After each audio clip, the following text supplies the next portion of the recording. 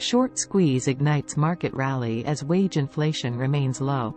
The mother of all short squeezes took place on Friday after various economic reports showed that wage inflation remains low and the debt default debate is behind us. This chart plots out the percentage monthly change for wages, and you can see that around 5% is the normal range we've seen for years up until the pandemic.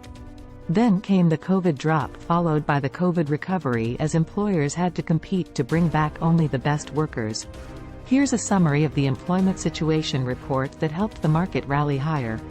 The head-scratcher is seeing non-farm payrolls blow out the consensus estimate and show 339,000 jobs filled versus the 190,000 that were estimated.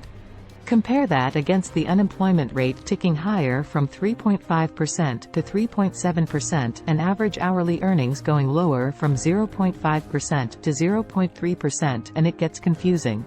There were seasonal jobs that were filled last month, but the broader market is still showing a slowdown in jobs.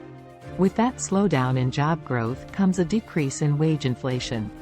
The issue that I have is the rally was sparked by the notion that these numbers are good enough to back the Fed into a corner and force them to start lowering rates.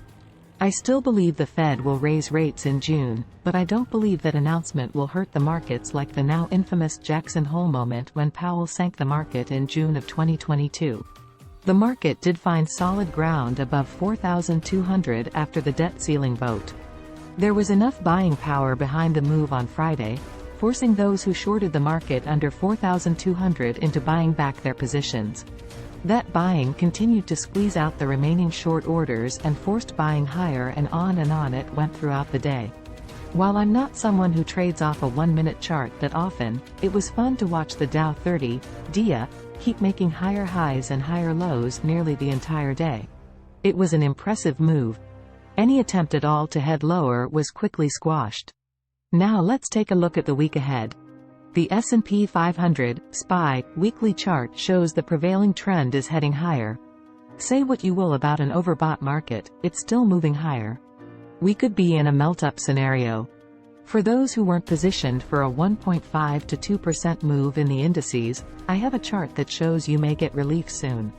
It may be hard to see, but you can plot a daily Bollinger Band, default settings, on the SPY chart and look at the last couple of times the ETF opened and closed either at or above the upper band.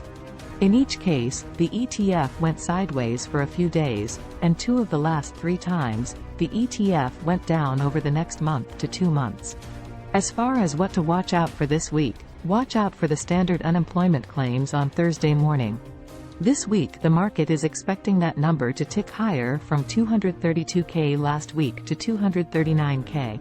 For more information on this story and others like it, visit tradersreserve.com.